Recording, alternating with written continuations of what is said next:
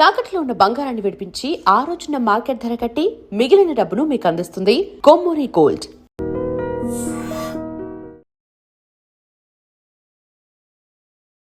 ఇప్పుడు India Pakistan match ఏదో చూస్తున్నామంటే చూస్తున్నాం కానీ అందులో ఒక మజా కూడా లేకుండా పోయింది. మ్యాచ్కు ముందు బజ్ ఉంటుంది కానీ మ్యాచ్లో మాత్రం వారు వన్ సైడ్ అయిపోతుంది. అసలు ఇండియా దెబ్బకు పాకిస్తాన్ పనికి రాకుండా పోతుంది. మన జట్టుతో ఆడేటప్పుడు పాకిస్తాన్ ఒక చిన్న జట్టులా తేలిపోతుంది. టీమిండియా ప్రతిసారి పాక్ జట్టును చిత్తు చేస్తూ టీమిండియా ఫ్యాన్స్కు వేరే లెవెల్కి ఎక్కిస్తుంది. ఆడేది ఐసీసీ టోర్నీలో అయినా పాకిస్తాన్కు గెలుపు కాదు కదా, గెలుపు అంచుల వరకు కూడా రానివ్వడం లేదు. ఇదేం జట్టురా బాబు, అసలు మజానే ఉండట్లేదు అనే స్టేజ్కి ఫ్యాన్స్ వచ్చేసారు. అసలు ఇప్పుడు ఇండియా పాకిస్తాన్ మ్యాచ్ అంటే క్రేజ్ కొంచెం కూడా లేదనేది వాస్తవం. కానీ ఒకప్పుడు పరిస్థితి వేరు. రెండు జట్ల మధ్య ఉత్కంఠ మ్యాచ్లు జరిగేవి. ఇండియా పాకిస్తాన్ థ్రిల్లర్ మ్యాచ్ల గురించి చెప్పుకోవాలంటే ఒక 30 ఏళ్ళు వెనక్కి వెళ్లాల్సిందే. ఇప్పుడంటే టీమిండియా ధాటికి పాకిస్తాన్ కొట్టుకుపోతుంది కానీ ఒకప్పుడు రెండు జట్ల మధ్య వార్ నువ్వా నేనా అనేలా జరిగేది. ఓవరాల్గా ఇండియా డామినేషన్ ఎక్కువగా ఉన్న ఒకప్పుడు పాకిస్తాన్తో మ్యాచ్ అంటే రెండు జట్ల ఫ్యాన్స్కు కావలసినంత కిక్ లభించేది. 1990 దశాబ్దంలో పాకిస్తాన్ ఆధిపత్యం కొంచెం ఎక్కువగా ఉన్న 2000 దశాబ్దం తర్వాత మన టీమిండియాకు తిరుగు లేకుండా పోయింది. ఈ క్రమంలో 22 ఏళ్ల క్రితం జరిగిన ఒక థ్రిల్లర్ మ్యాచ్ ఇప్పుడు చూసినా గూస్ బంప్స్ రావడం ఖాయంగా కనిపించేలా ఉంది. క్రికెట్ అంటే పడిచచ్చే ఫ్యాన్స్కు మాత్రమే ఈ మ్యాచ్ గుర్తుంటుంది. 300 పరుగులు సెట్ చేస్తేనే వామ్మో అనుకునే రోజుల్లో రెండు జట్లు కూడా దాదాపు 350 పరుగులు చేసి హై వోల్టేజ్ మ్యాచ్తో ఫ్యాన్స్ను థ్రిల్కు గురి చేశారు. ద్రవిడ్ విధ్వంసం సృష్టిస్తే ఎలా ఉంటుందో, సెహ్వాగ్ పాకిస్తాన్ బౌలర్లపై ఎలా శివాలెత్తుతాడో ఈ మ్యాచ్ చూస్తే అర్థమవుతుంది. రెండు జట్లు కలిసి ఏకంగా 693 పరుగులు చేసి చరిత్రలో one of the best evergreen మ్యాచ్గా నిలిచిన ఆ వన్డే గురించి ఇప్పుడు తెలుసుకుందాం. 2004లో ఇండియా 5 మ్యాచ్ల వన్డే సిరీస్ కోసం పాకిస్తాన్కు వెళ్ళింది. సిరీస్లో భాగంగా తొలి వన్డేకి కరాచీ ఆతిథ్యం ఇచ్చింది. సిరీస్ జరిగేది పాకిస్తాన్లో కాబట్టి పాకిస్తాన్ ఫేవరెట్గా బరిలోకి దిగింది. మొదట టీమిండియా బ్యాటింగ్ చేయాల్సి వచ్చింది. తొలి 2 ఓవర్లలోనే 14 పరుగులు చేసి ఇన్నింగ్స్ను టీమిండియా ధాటిగా ఆరంభించింది. ఇన్నింగ్స్ 3వ ఓవర్లో అఖ్తర్ వేసిన తొలి బంతికి సచిన్ అవుట్. 141 కిలోమీటర్ల వేగంతో అఖ్తర్ వేసిన డెలివరీకి లెగ్ సైడ్ ఫ్లిక్ చేసిన సచిన్ షార్ట్ మిడ్ వికెట్లో రజాక్కు క్యాచ్ ఇచ్చి అవుట్ అయ్యాడు. అంతే, స్టేడియంలో ఒక్కసారిగా షాక్కు గురయ్యారు. కానీ ఇది నో బాల్ కావడంతో టెండూల్కర్కు లైఫ్ వచ్చింది. ఆ తర్వాత ఇదే ఓవర్లో వికెట్ రాలేదనే ఫ్రస్ట్రేషన్లో అఖ్తర్ రెచ్చిపోయి 146 కిలోమీటర్ల వేగంతో షార్ట్ బాల్ విసిరాడు. అయితే సచిన్ ఈ బాల్ను అద్భుతమైన పుల్ షాట్ ఆడి సిక్సర్గా తరలించాడు. మహమ్మద్ షమి వేసిన ఇన్నింగ్స్లో 4వ ఓవర్లో సెహ్వాగ్ తన విశ్వరూపమే చూపించాడు. ఏకంగా 4 బౌండరీలు బాది తన దూకుడు చూపించాడు. తొలి వికెట్కు 69 పరుగులు జోడించిన తర్వాత టీమిండియా దూకుడుకు అఖ్తర్ బ్రేకులు వేశాడు. బంతిని కట్ చేయబోయి సచిన్ పాయింట్లో క్యాచ్ ఇచ్చి అవుట్ కావడంతో భారత జట్టు తొలి వికెట్ కోల్పోయింది. 3వ స్థానంలో బ్యాటింగ్ వచ్చిన గంగూలీతో కలిసి సెహ్వాగ్ ఇన్నింగ్స్ను ముందుకు తీసుకెళ్లాడు. సచిన్ అవుట్ అయిన అదే దూకుడుతో సెహ్వాగ్ పరుగులు చేయడంతో స్కోర్ కార్డ్ పరుగులు పెట్టింది. ఈ క్రమంలో తొలి 10 ఓవర్లలోనే ఇండియా 85 పరుగులు చేసింది. ఇండియా బ్యాటింగ్తో పాటు పాక్ బౌలర్లు క్రమశిక్షణ లేకుండా బౌలింగ్ చేసి ఎక్స్ట్రాలు ఎక్కువగా ఇచ్చారు. తొలి 90 పరుగులలో ఏకంగా 23 పరుగులు ఎక్స్ట్రాల రూపంలోనే రావడం విశేషం. ఇన్నింగ్స్ 11వ ఓవర్లో రాణా హాసన్ వరుసగా 3 నో బాల్స్ వేయడంతో స్టేడియంలోని పాక్ ఫ్యాన్స్కు తీవ్ర అసహనానికి గురయ్యారు. అంతేకాదు ఈ ఓవర్లో మొత్తం 5 నో బాల్స్ వేయడంతో సెహ్వాగ్ ఈ ఓవర్లో బౌండరీల వర్షం కురిపించాడు. ఇదే ఓవర్లో వీరేంద్రుడు తన హాఫ్ సెంచరీ పూర్తి చేసుకున్నాడు. సెహ్వాగ్ బ్యాటింగ్ చేస్తున్నంతసేపు ఇండియా రన్ రేట్ 10 ఉండడంతో పాక్ బౌలర్లు ఏం చేయాలో అర్థం కాలేదు. క్లాస్ మాస్ బ్యాటింగ్తో నెక్స్ట్ లెవెల్ బ్యాటింగ్ చేశాడు. హాఫ్ సెంచరీ తర్వాత కూడా సెహ్వాగ్ తన దూకుడు కొనసాగించాడు. దీంతో ఇండియా తొలి 14 ఓవర్లలోనే 140 పరుగులు చేసి పాకిస్తాన్కు పిచ్చెక్కించింది. మరో ఎండ్లో గంగూలీ కూడా తనదైన శైలిలో బ్యాటింగ్ చేస్తూ సెహ్వాగ్కు చక్కటి సహకారం అందించాడు. సెహ్వాగ్ ధాటికి పాక్ బౌలర్లకు ఏం చేయాలో అర్థం కాలేదు. రజాక్ షమీని టార్గెట్ చేస్తూ సెహ్వాగ్ వీర ఉతుకుడు ఉతికాడు. అయితే జోరు మీదున్న సెహ్వాగ్ను ఆపడానికి నవీదుల్ హాసన్ ఒక స్లో బాల్ను నమ్ముకొని సక్సెస్ అయ్యాడు.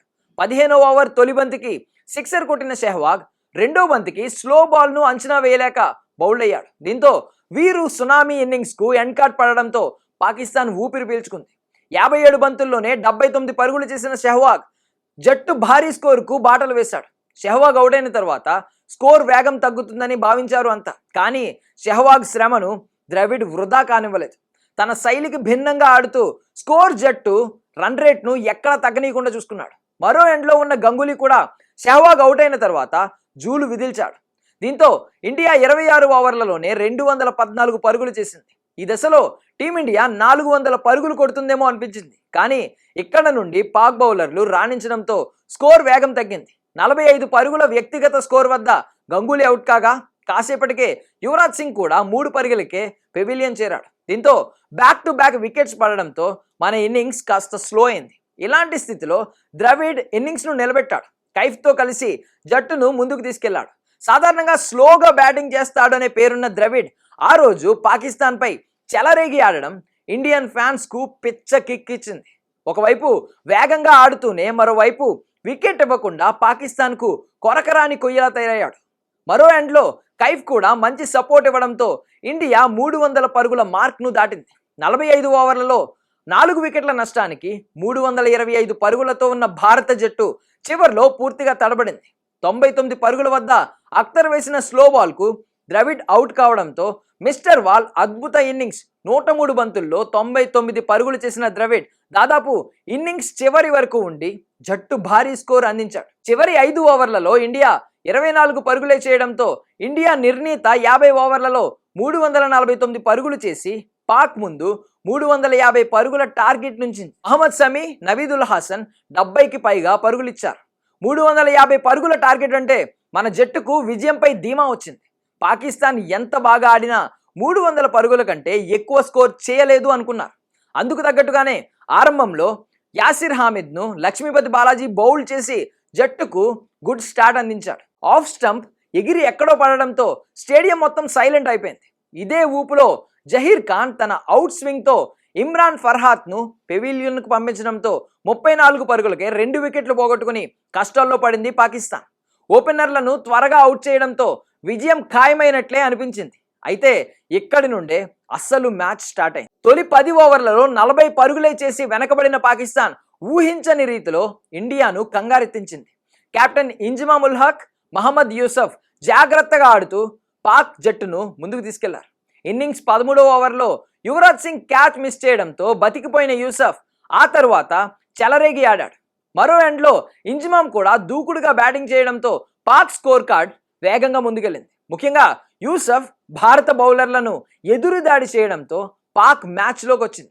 ఈ క్రమంలో యూసఫ్ తన హాఫ్ సెంచరీ పూర్తి చేసుకుని ఆత్మవిశ్వాసంతో కనిపించాడు. కాసేపటికే ఇంజమామ్ కూడా 48 బంతుల్లో హాఫ్ సెంచరీ పూర్తి చేసుకుని ఇండియాను టెన్షన్ పెట్టాడు. ముఖ్యంగా స్పిన్నర్ మురళీ కార్తిక్, సచిన్ టెండూల్కర్ ఓవర్లో బాగా పరుగులు పిండుకున్నారు. చూస్తూ ఉండగానే వీరి భాగస్వామ్యం 100 పరుగులు దాటింది.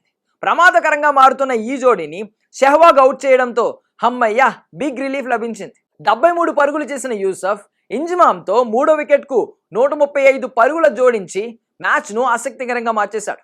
యూసఫ్ అవుట్ అయినా ఇండియాకు కష్టాలు తగ్గలేదు. ఇంజమామ్ క్రీజ్లో పాతుకుపోవడంతో ఈజీగా రన్స్ వచ్చాయి. మరో ఎండ్లో యూనిస్ ఖాన్తో కలిసి మరో కీలక భాగస్వామ్యం నెలకొల్పాడు.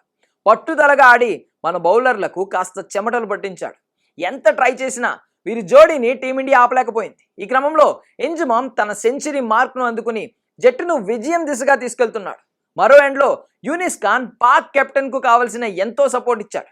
చివరి 8 ఓవర్లలో 72 పరుగులు చేయాల్సిన దశలో పాకిస్తాన్ బిగ్ టార్గెట్ చేసి సంచలనం సృష్టిస్తుందేమో అనే డౌట్ కలిగింది.